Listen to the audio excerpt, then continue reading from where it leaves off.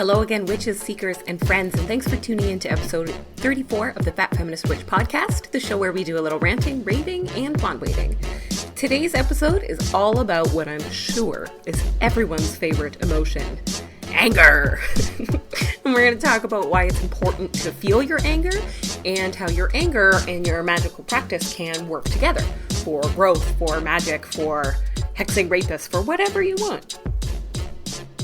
Hi friends, thanks for tuning in to today's episode. Before we get started, I want to thank Corey from the New World Witchery Podcast for having me on the show.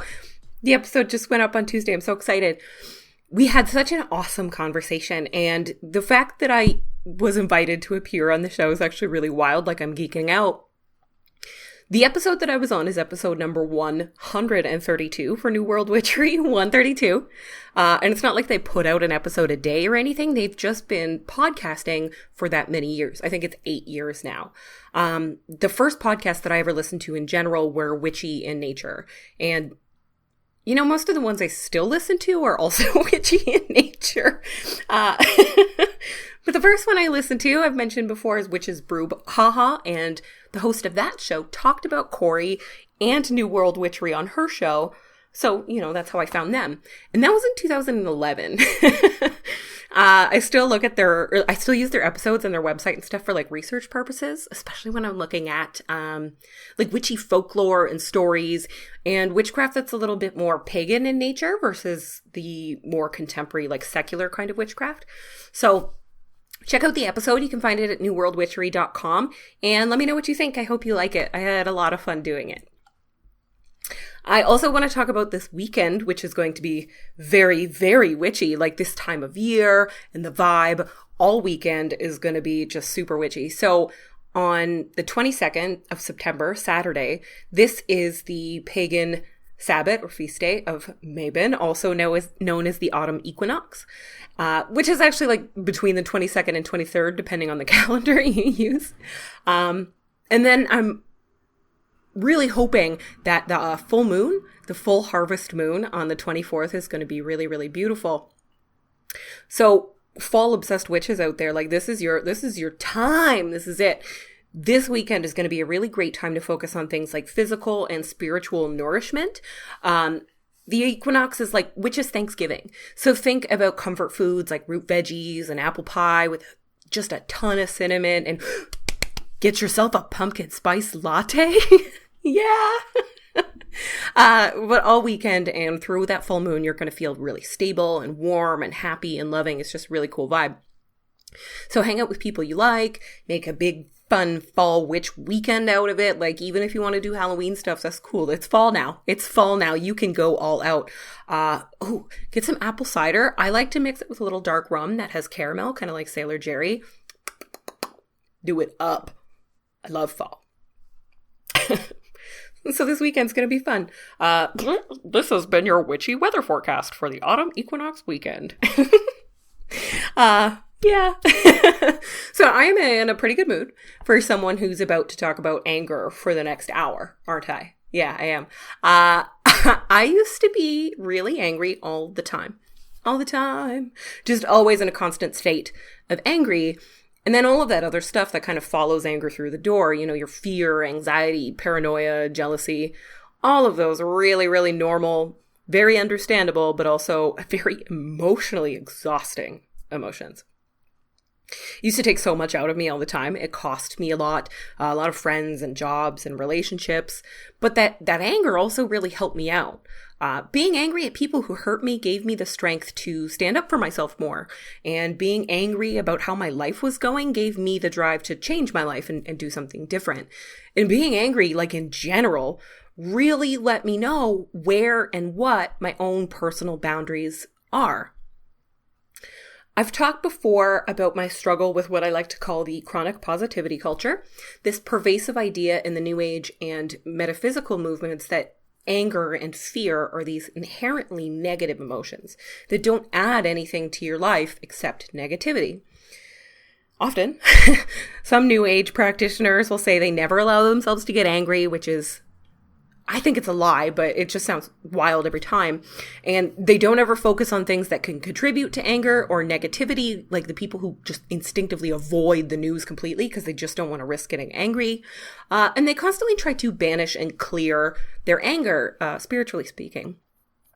Oftentimes, if you get angry about something in a place or with a crowd that's like that, you could be labeled as a negative person just in general.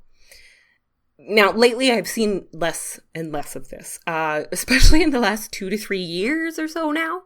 Now everyone has a reason to be angry, like in general, all the time.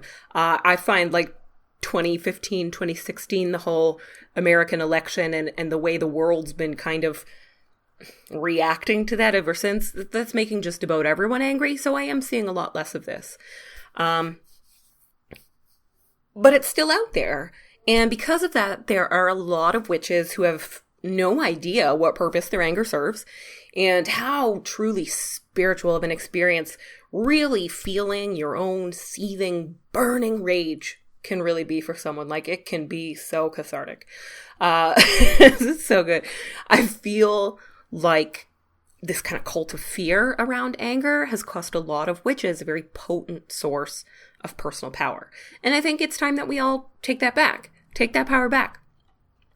To be clear, being angry all the time is not good, and it's not fun. I personally was angry all the time because I was in a lot of pain, and I had no idea how to use or let go of any of that energy. I was just like stuffing it in there. Since learning more about my own sources of anger and seeing how I've dealt with it and reacted from it, my default state is no longer just pissed off always. But when I get pissed off, I let it out. I assert my boundaries, I talk it out, I cool off, and I'm able to walk away from an argument. I can seethe and not like just totally lash out. And when I do get angry, I'm more able to say to myself, okay, wait, Paige, why are you angry? What is it about this that makes you mad? Can this be fixed? Is this even something that's your business? Is this worth fighting about, or can I let it go? I can't always do it in the moment and have that moment of, thinking it through. But I'm also much better at apologizing for when I'm a dick. That's an important part. If you're going to be angry, you gotta, learn to apologize when it gets too far. And I learned all of this by being in treatment for my depression and anxiety. And it's helped a lot, I think. I'm not angry all the time anymore, so I guess so. Something every counselor and treatment program stressed in the last 2 years is that anger is nothing to be afraid of. Anger is good. Anger is essentially your emotional warning system, telling you that something is wrong or something that your needs aren't being met. Something's not working. Sometimes that anger is easy to understand. Like when you're hangry and if you don't get a goddamn snack, you will literally Hulk out and rip someone's face off. You get it, right?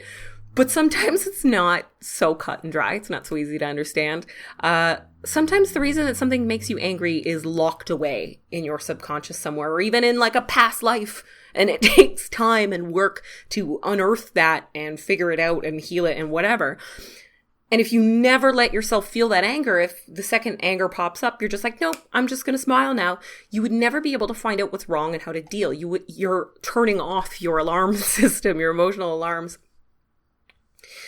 If you never acknowledge, honor, and eventually release your anger, you are setting yourself up for just a world of misery. Holding on to anger and never making sure that those boundaries that I talked about are solid and that those needs are being met can actually lower your life expectancy. It takes years off of your life.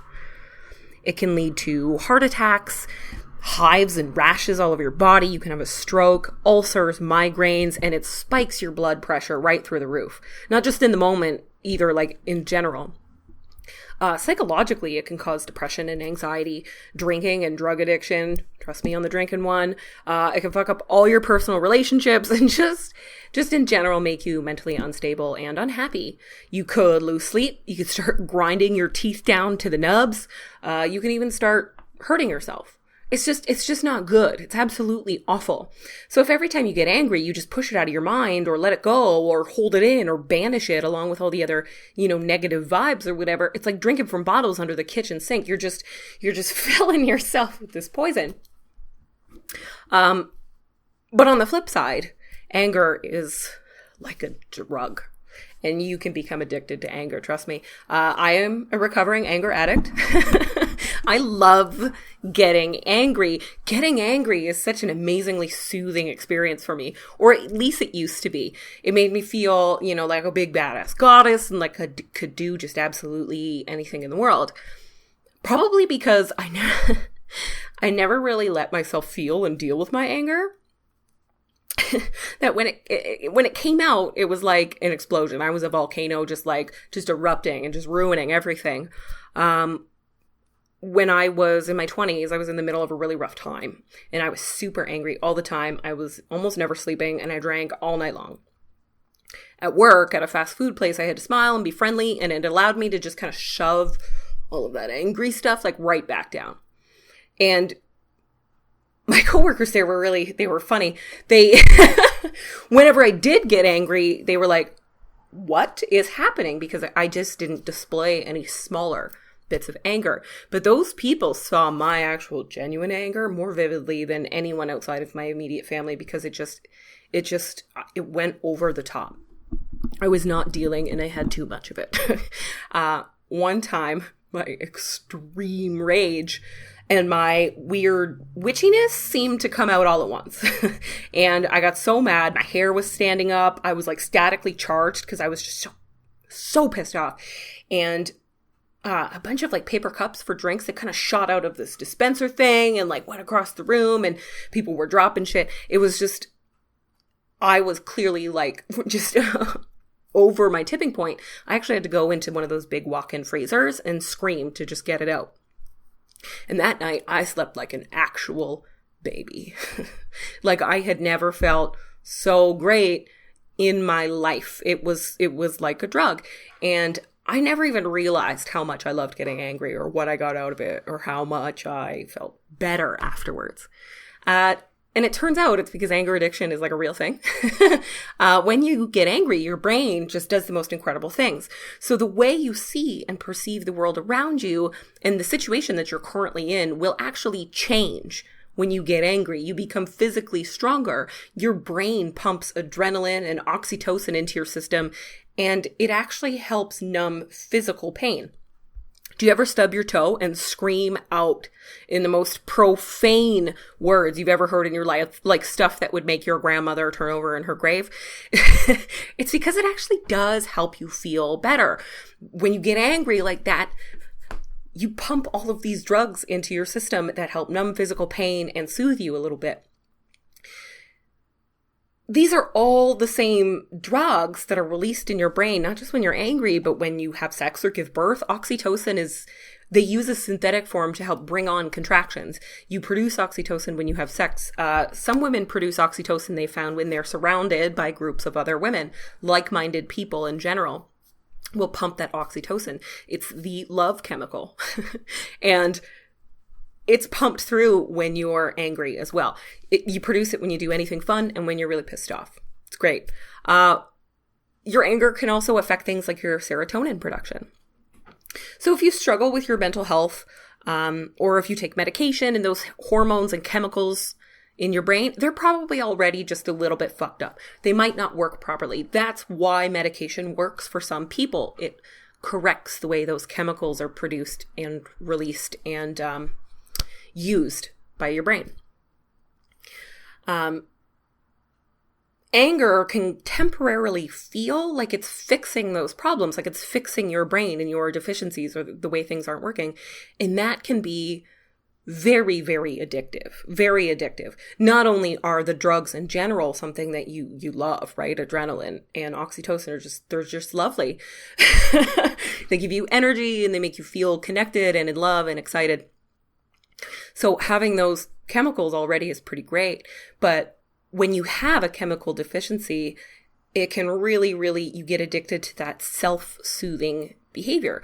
I wish I had known this before. I was too afraid to try medication for a really long time. But my constant anger and how hard I looked for fights and ways to fight with people and get angry, this really should have indicated that chemical imbalance was there and that I was using the chemical production of anger to just kind of soothe myself. Or brain's like the coolest thing in the world. Listen, brain chemistry is the wackiest, wildest thing I've ever read in my life. I can't believe it's science. Our brains do the most incredible, incredible things. So when I say that anger is a potent source of energy, I'm not even like joking or just speaking metaphysically. You actually produce a lot of energy and heat, and your blood pumps like wild, and you actually produce energy when you're angry. But while we're on the subject of metaphysical effects of anger, anger is ruled and expressed by your sacral chakra. So it's the second chakra located in the lower abdomen, like around the region of your genitals. And it's usually represented by orange, if you ever see the cool rainbow posters and stuff. This chakra is not technically your anger chakra. It's all about sexuality, emotions, connectivity with others, and your intuition. So when it's out of balance or it's running too hot, you get emotions like anger or fear, your anxiety and depression, and even stuff like addiction and overindulgence. I think a lot about emotional eating with the sacral chakra when it's out of balance, because if you've ever been an emotional eater, you know that you're really trying to put that food to a particular place inside yourself. And it's right there where that sacral chakra is. It's like a hole. It's this place where your instinct and your intuition meets your emotions. And you're just trying to put that comfort right there in that spot. And that's your sacral chakra. And this makes sense because the area of your brain that releases all of those wonderful hormones when you're angry is a primal or primitive part of your brain. And the sacral chakra is a more primal chakra.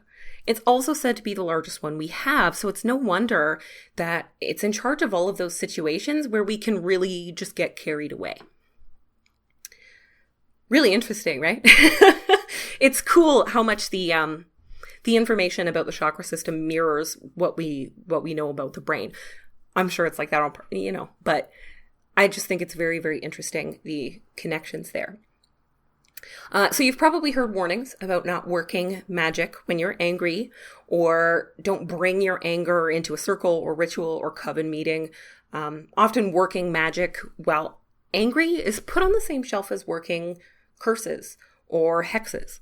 It's seen to be a negative way to practice magic.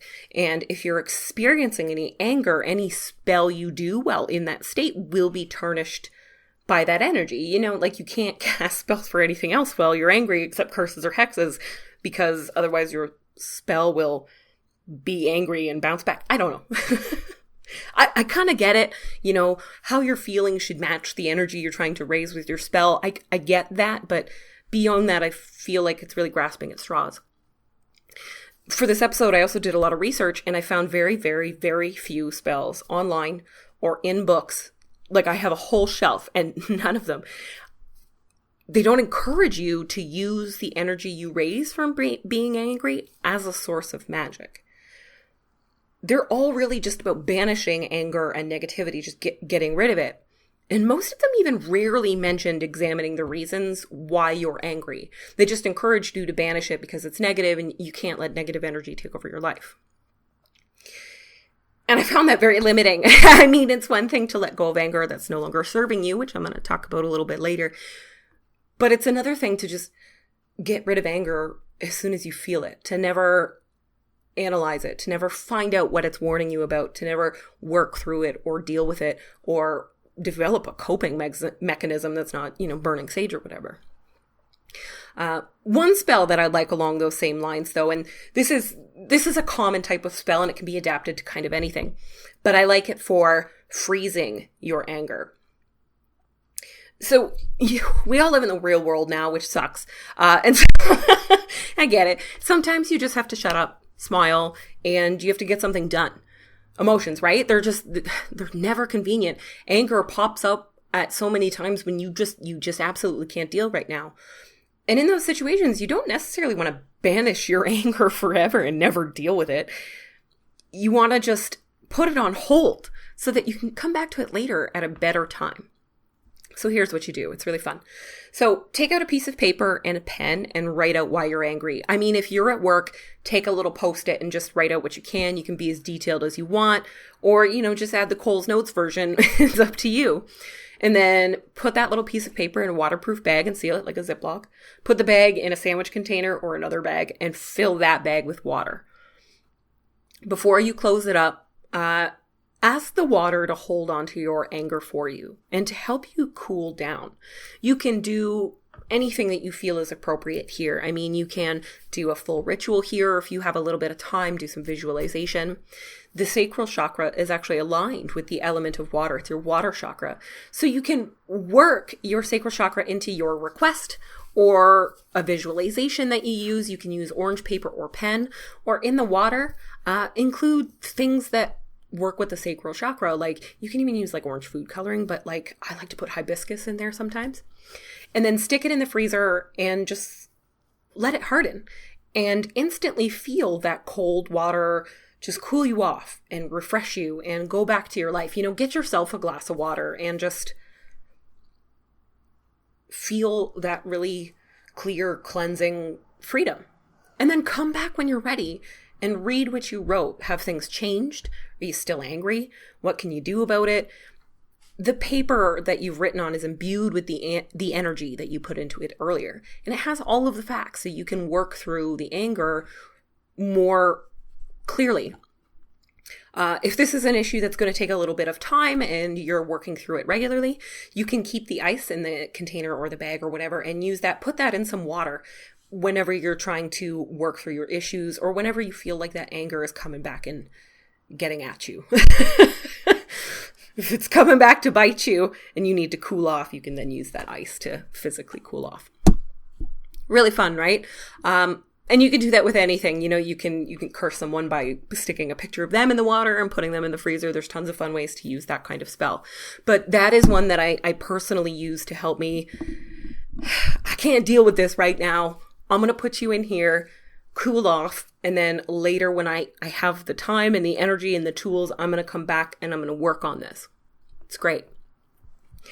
So before you can start working with your anger as a tool or a magical tool, you need to work on figuring out exactly what it is you're angry about, like just in general. Just in general. Not even in the moment, but just in general. Everyone's angry about something. And doing this sort of personal probing work in a metaphysical fashion is called shadow work. You've probably heard the word a million times and can never find a single description that tells you exactly what it is. That's okay. We all have that experience. In chapter 6 of Light Magic for Dark Times, which is called Shadow Work, Lisa says, "Darkness isn't a vacuum one can avoid entirely, nor is it necessarily a bad thing. In it there is truth and growth and potent self-actualization. Our shadow selves want to be seen and heard, but delving into their subterranean caverns requires work. These practices help us forge a path through and beside the darkness, lighting embers along the way. Women and femmes in particular are taught that we are only valuable when we are good and happy and bright and easy to talk to, but we can have darkness and nuance and complexity and a little bit of madness. We can be multi-layered, we can move between the layers, and we can indulge in the underbelly if we want to. No matter your belief system or what you've been taught to discard as mythos and madness, you end up seeing a lot more when you wander into the dark. But let it be known that darkness cannot exist without light and vice versa.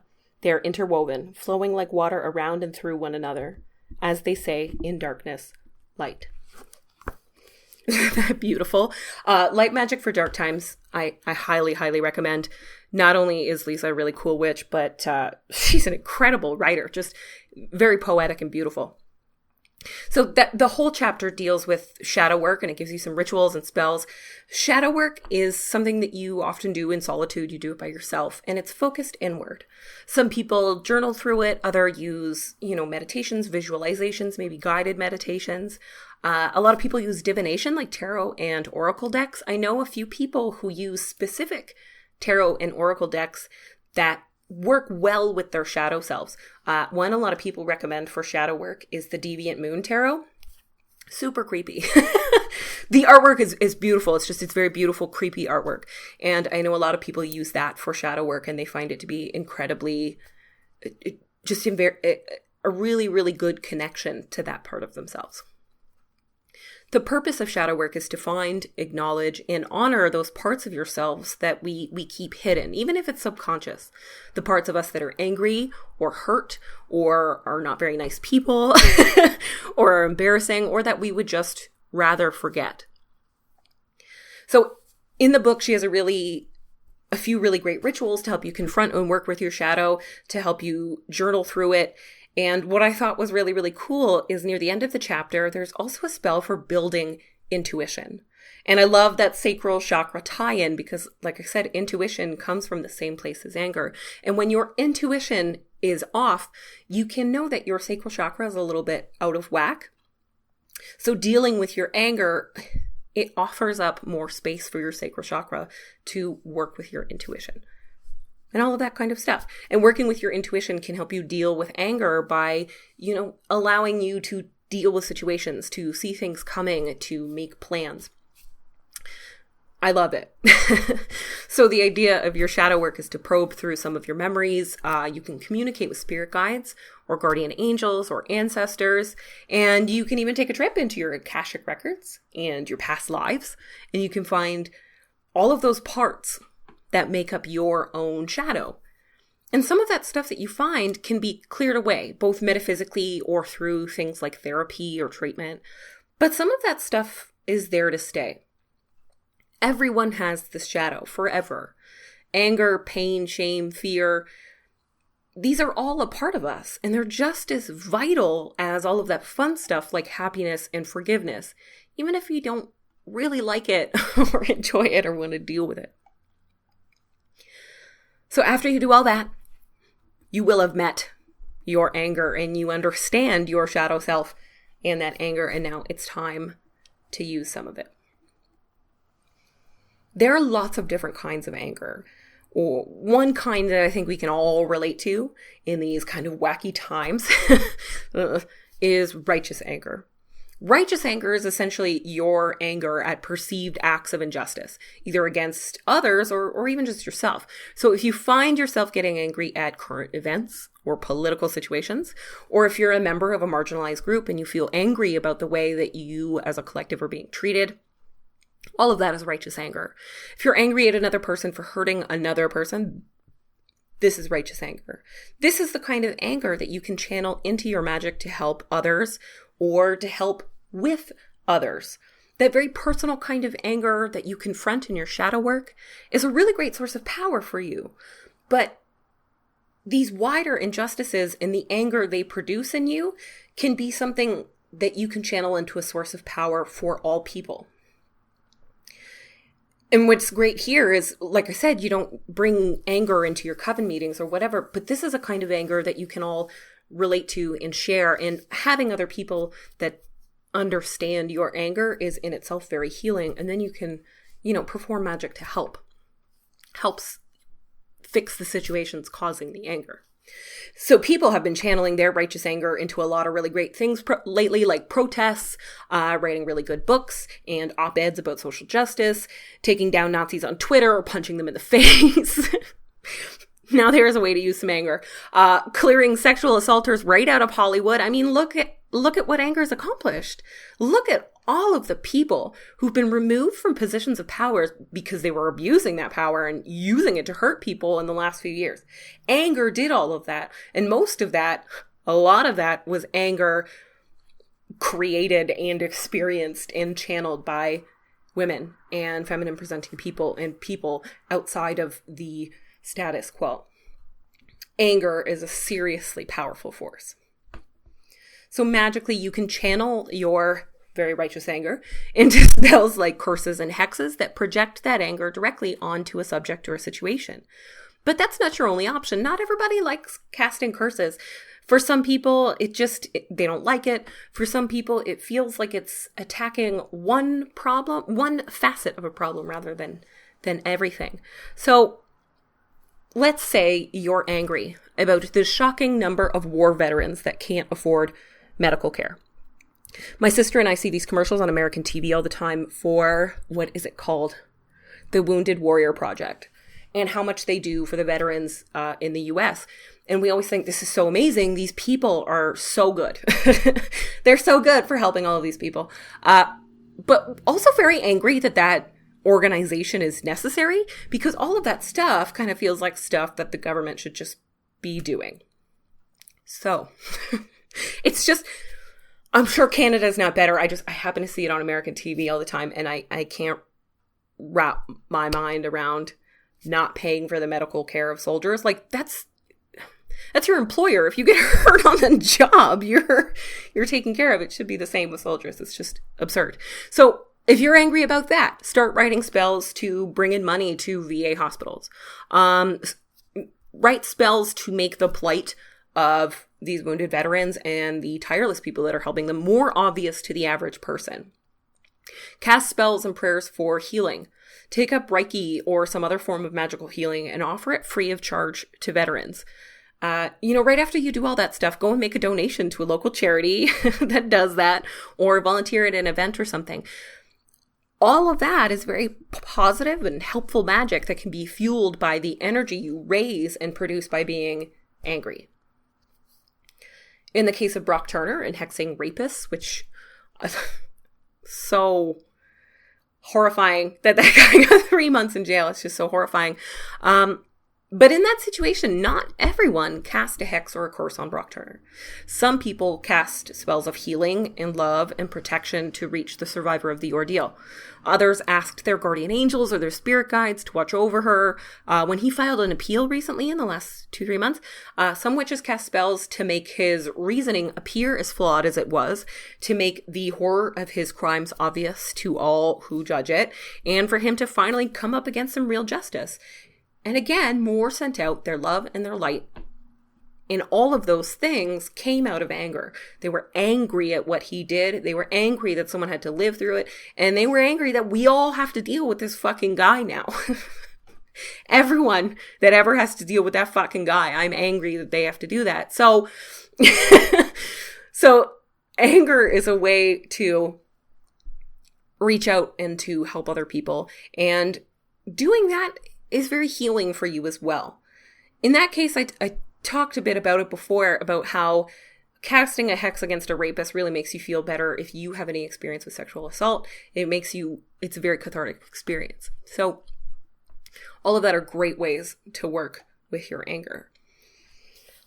I really like to use some sketchy herbs and magic rocks for anger and for frustration and for any of that stuff. I have some fun ones here for you. So if you ever have trouble communicating your anger in a constructive way, keyword there, constructive, try wearing or carrying a piece of chrysocolla. I like to wear a point of it around my neck, especially during things like therapy or anything where sharing is really hard for me. I also have this small blue poppet, and I use it in the photos for announcing the episodes here, so you guys can see it there. But I have this small blue poppet, and I keep it on my desk or my purse, and it's filled with stones and crystals that are all about healing and communication. So it helps me communicate my problems or my anger to other people. It helps me feel comfortable doing that, and it makes me feel more eloquent in my delivery, like I'm explaining myself better. If you feel like your anger is generating a lot of heat, a lot of energy, and it's kind of making people uncomfortable around you. So if you find the heat and energy of your anger is kind of taking over, if it's overwhelming you, or even if it's causing problems with your family or friends or the people you live with and getting them all riled up and making it all worse, a really cool stone for this is snow quartz. It's this really pretty white quartz. You can keep it in your pocket, carry it with you, put it on a little necklace so that you can feel it kind of cooling you off. Or you can put it in a bowl of water or melting snow if it's wintertime. Super fun. In a main area of your house. And that'll help cool tension and kind of cool off everything and absorb a lot of the heat so that people can handle the anger in a more constructive way. That's not just going to blow up. In one of my treatment groups recently, someone said something really, really profound. And it was something I had never realized, but that makes so much sense. She said, frustration is how you feel when you're going through changes, but it's not going the way you planned or in the time frame that you wanted it to.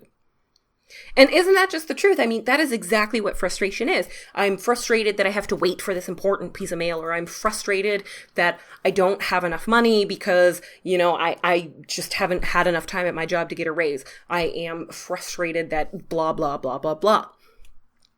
Frustration can feel a lot, like genuine seething anger. And it can make you blow up. And sometimes it makes you blow up at the most inane things, like, screaming at your mailbox for not having the letter you're waiting for. You can also scream at other people, and this can cause the relationships you have to just fall apart. It can also just make you like a total bummer, and no one wants to hang out with you. And that sucks too. That sucks too.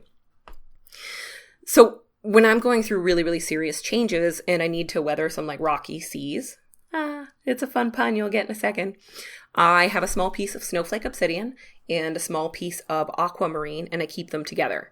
So you can put them in a little bag. I have a little, one of those necklace cages for crystals, and I'll put both in there. They fit together really well. So great. And I wear those. Obsidian is essentially volcanic glass. I love it. It's one of my absolute favorite crystals, and it has a very stable energy. It absorbs negativity, excess negativity. It can help you feel grounded. It can help with protection and keeping, negative spirits away and all of that stuff. So your obsidian is your strong volcanic island. And then your aquamarine is literally the ocean around it. So the cool, clear, cleansing ocean is represented by your aquamarine. The ocean surrounds those volcanoes that create the obsidian. The ocean is where the volcanoes come up from. They create landforms with water and with the volcano. And the thing that keeps a lot of those volcanoes contained and even cools them off to create the obsidian is the ocean. So when you have these together, you have this amazing talisman to help you, wade gracefully through the seas of change and really keep you from blowing up. It has that cooling off vibe, and it also has a very stable vibe. It helps you stay a little bit more graceful.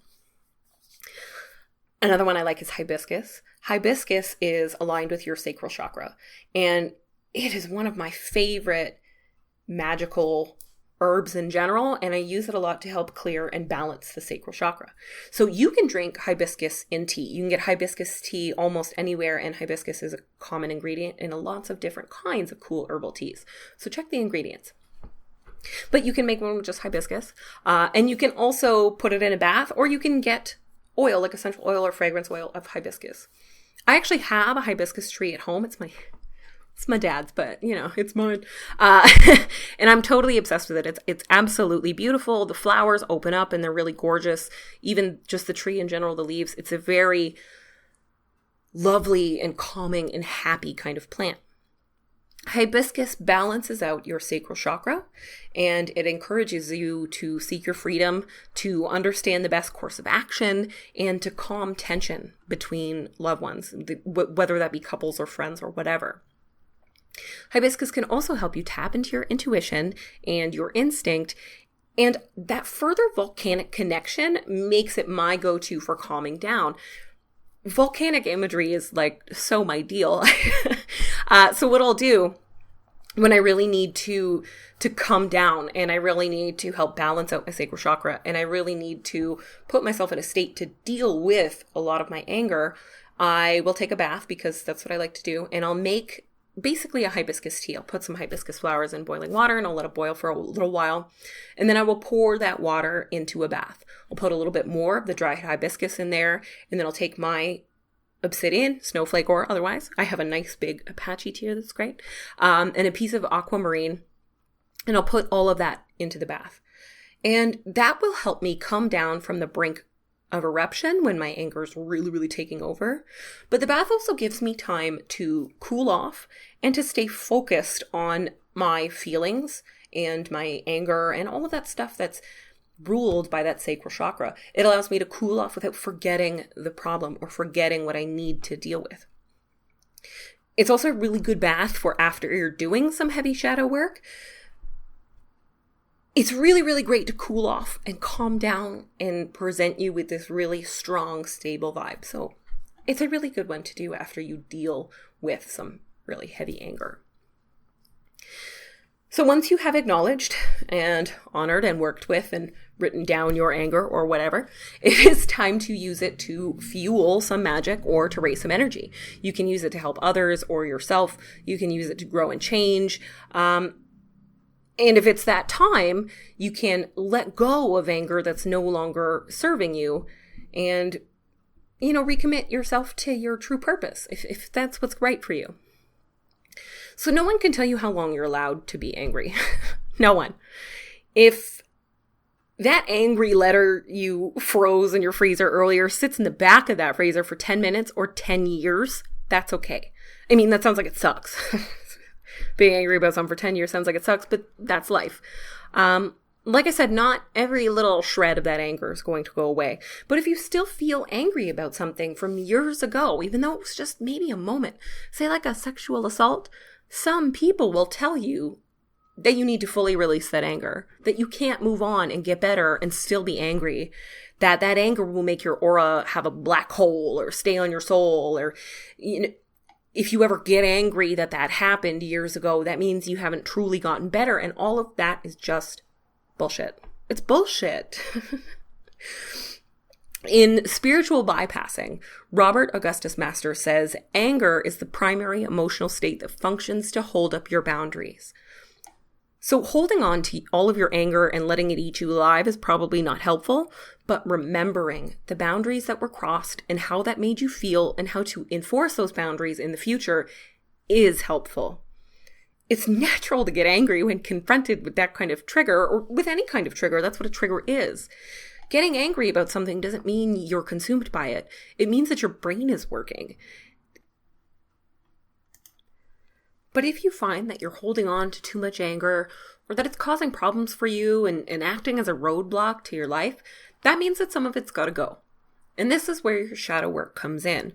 I mean, don't disregard the power of talk therapy or even a good self-help book or program, but spiritually, visit someone who practices Reiki or pranic healing and have them check out your sacral chakra and work on balancing that energy. Spend more time with your anger for right now, fully understand it, and figure out a way that you can move forward. It's possible, but it's honestly kind of a hard process to explain. Working through and clearing anger can kind of feel like something that just happens and not that you do. But it's because your subconscious is kind of constantly working through this stuff. You work through it in dreams, daydreams, visions, signs and omens from around you. I mean, of course, therapy and self-help groups and whatever. But your intuition and your perception is constantly adding to its spiritual and emotional toolbox with all these little pieces of info that you need to heal yourself. And I mean, I know you can't do everything yourself and it's okay to ask for help, but you are naturally trying to find ways to fix your problems. So sometimes it feels like you just wake up one day and you're no longer angry about something that had been affecting you for your whole life.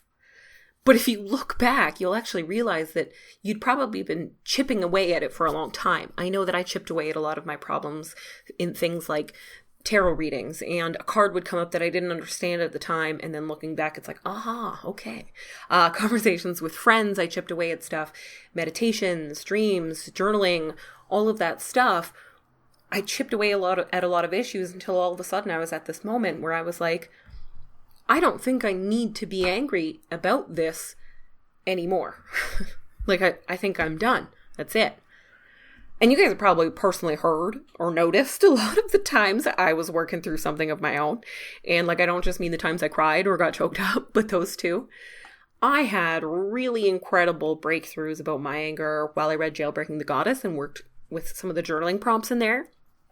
And when I was talking to Lasara Firefox Allen, my interview with Sarah Potter encouraged me to channel my energy into art again. I've been feeling so much better with that, just all sorts of art, writing, painting, all this kind of stuff. And I've always loved art, but talking to her it got me thinking about it more and more and more.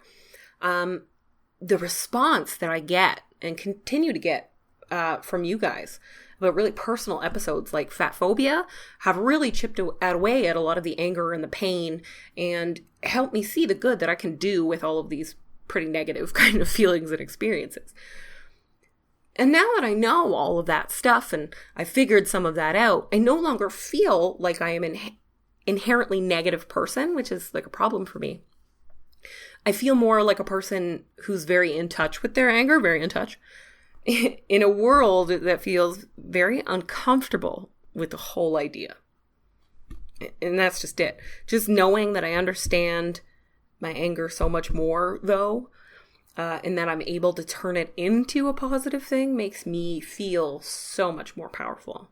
And it makes me feel like my magic is working better. It's also made me way less of a bummer. I'm way less of a bummer with my friends. So that's what I have for you guys about anger and magic. I would love to know how you work through some of your anger. I also have some spells and stuff that I use and that I've created that I'll be posting up on the blog throughout the rest of the month that help deal with anger or channel it or focus it. So thank you so much for listening to episode 34, The Magic of Anger. If you want to support the podcast and you want to see it keep going, you can visit my website at fatfeministwitch.com. You can find the podcast at fatfeministwitch.podbean.com. You can also become a patron on patreon.com/thefatfeministwitch. You can join the Witch and Bitch, which is a private monthly membership program. And all of the money goes towards supporting the show, paying the hosting fees, feeding me and keeping me coffeed up so that I can do these episodes. You can also buy me a coffee, and you can find the link to that right on my website at fatfeministwitch.com.